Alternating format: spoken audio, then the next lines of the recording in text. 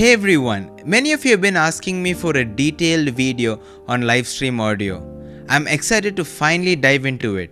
I'm Kenneth Watt, the production director here at Faith Productions, and my mission is simple: to help churches use the production as a powerful platform to share the gospel.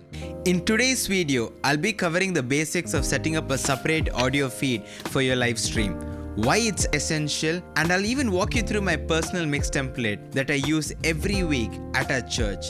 Trust me, it's easier than you think. First off, why do we need a separate mix for a live stream? Well, what sounds great in the room doesn't always translate well online.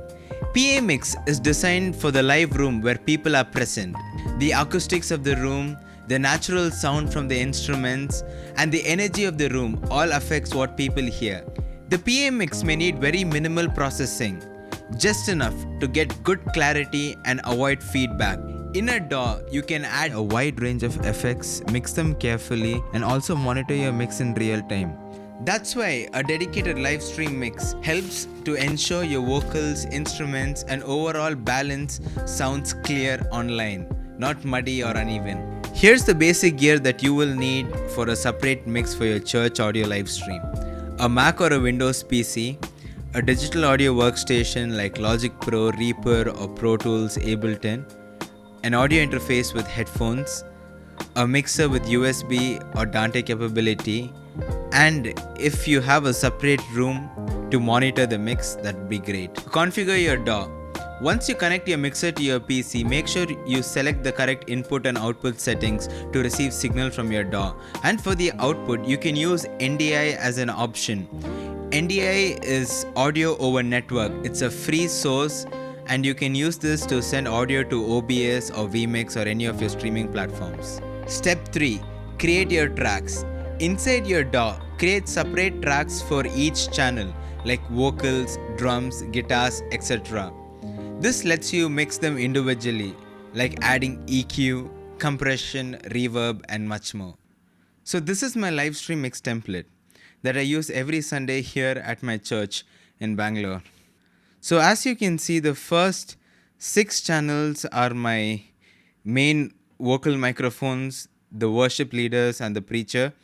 And the next 2 channels are the keyboard. Then we have 4 drum mics and 3 different acoustic guitars because we have multiple services. And then we have an electric guitar channel, a bass guitar channel, and 5 choir mics and 2 audience mics.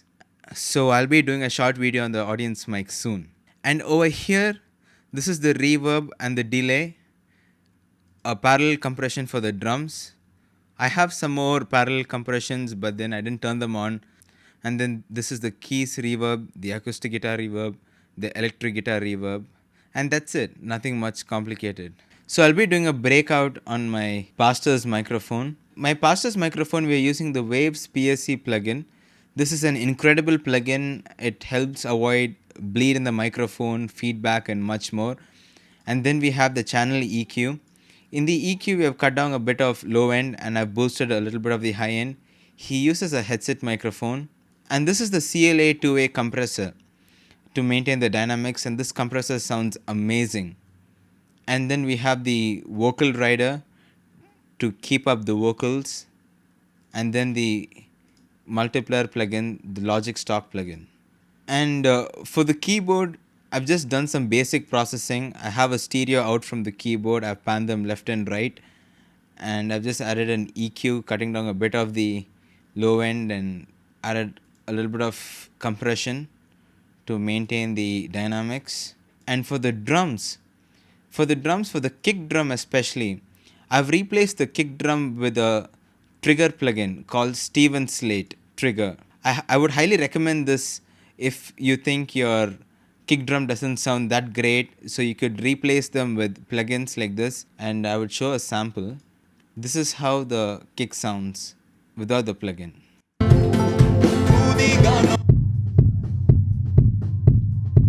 And this is how the kick sounds with the plugin. Hear the difference?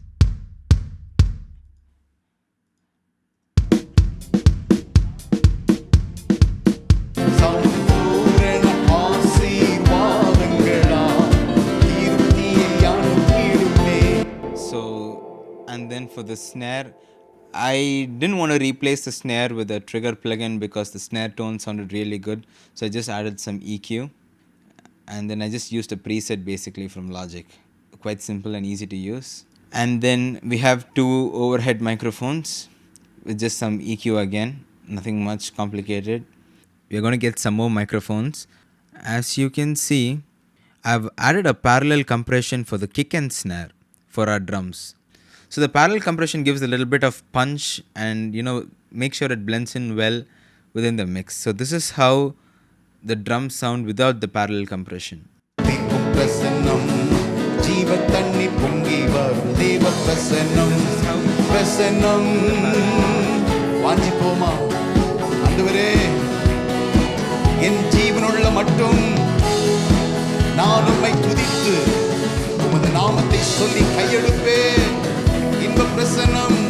So the parallel compression gives a little bit of punch and gives a little bit boost to the low end. And then for the guitars, okay, so for the acoustic guitar, I've just added another EQ, cut out a bit of low end, boosted a little bit of the low mids, cut out at 800k. I just did some basic EQ basically, and then added a compressor. Make sure you compress your guitars a lot so that they sit well within the mix and you can adjust it with the makeup gain. And I've also added a reverb. So all the buses that you can see here, even for the vocals, I've added a reverb and a delay plugin. I did do some parallel compression for vocals, but then I'm still working on it and experimenting. So this is the reverb that I used for the vocals. The Waves R-verb and then a compressor. I'm still experimenting on the tap reverb. I don't know how well will it work for live. And for the delay, I've used the H delay and also I've added the R-verb. And another quick tip, whatever plugins you're using from Waves or third party or anywhere, make sure these plugins have zero latency. If you don't have zero latency plugins, you would have latency in your broadcast audio. And how do you check if the plugins are zero latency? You can check them out through their websites or if they have any specifications in the website. And for the electric guitar, again, just cut the highs and lows and another compressor. That's it. Don't complicate your broadcast mix too much by adding too many plugins. I know we have the freedom to add so many plugins, but then if you add too many plugins, then you would end up, messing up your mix sometimes. Just do what's necessary. And you could pan your guitars, your electric guitars and your keyboards, your drums, so that they sound much more wider. And for the bass, I've added a bass amp, and this amp sounds really good. And then another EQ, and I've sidechained the bass with a kick. And for the choir, so currently we just had 2 members from the choir sing this Sunday, so I've unmuted 2.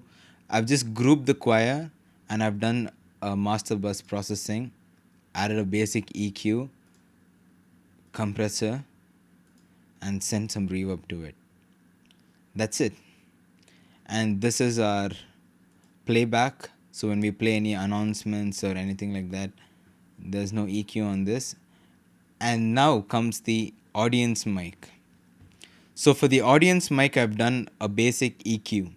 I've cut out up to 1K. Sometimes you'll just have to cut off like 300 or 400 hertz, but I've cut up to 1K so that it depends on the room, on how your room sounds. So this is how the audience mic sounds without the EQ.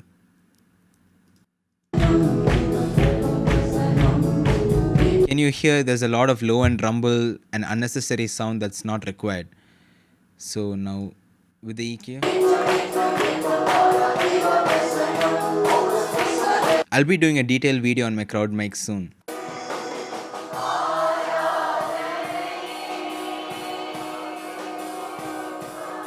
So this is how my crowd mic sounds. And this is how the overall mix sounds.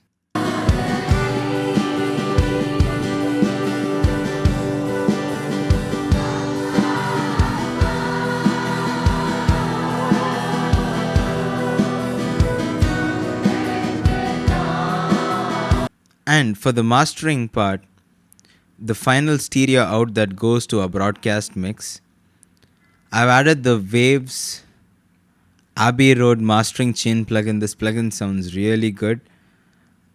And then I've added an F6 RTA, a L3 maximizer, and an L2 ultra maximizer. So for all these plugins, I've just used presets. For example, for the Abbey Roads plugin, I've just used the Superglue preset, the F6 RTA, and other glassy master, and the L3 multi maximizer, a warm master, and I've tweaked it based on my requirements. And remember one thing, you will not get it right in your first attempt. It took me almost 3 months to come up with this mix template, and I'm still working on it. So nothing happens overnight. Give it time. So this is how it sounds without the mastering plugins.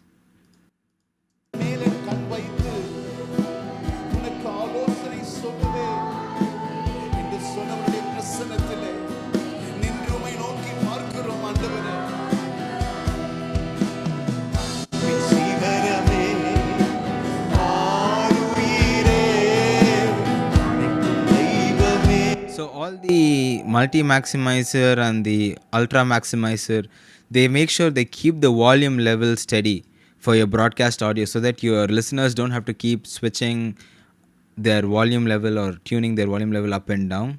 And for the singer's mic, let me do a breakdown, a comparison with or without plugins.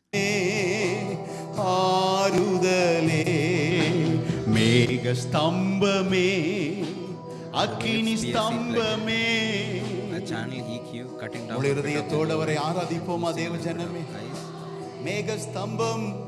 compressor, vocal rider, and a multiple. எங்களை ஒவ்வொரு நாளும் நடத்துகிற தேவன் நீர் ஆண்டவரே. எனது ஏக்கம் எனது ஏக்கமே எனது பிரியமே. Yeah, so this was my live stream broadcast mix template that I use every Sunday at my church. If you have any doubts, you can let me know in the comments below. And if you want me to create a similar live stream template for your church, you can reach out in my email ID. You can check it in the description. And yeah, that's pretty much it. Many of you have been asking me, how do we send our output from the DAW to our streaming PC? This is quite simple. So I use this software called NDI, and it's a free software that you can download from Google. So in my audio MIDI setup, I've created a multi-output device. Once you create a multi-output device, make sure you add in your NDI audio as well as your audio interface. So you can use your audio interface to monitor the mix using your headphones, or if you have a separate room, that would be good too. And then NDI audio is for your broadcast computer. Make sure you download NDI even in your broadcast system, the system that runs your live stream. So in Logic Pro, go to Settings, Audio, Output Devices, and select the multi-output device. Make sure you don't add too many plugins and do too much processing. And like I said, remember the zero latency plugin so that you don't cause any latency between your audio and video. And that's it. A simple and a powerful way to set up a dedicated audio mix for your live stream. If this helped you, be sure to hit the subscribe button and drop your questions in the comments below. I'd love to hear what you're using for your church live production. See you in the next video.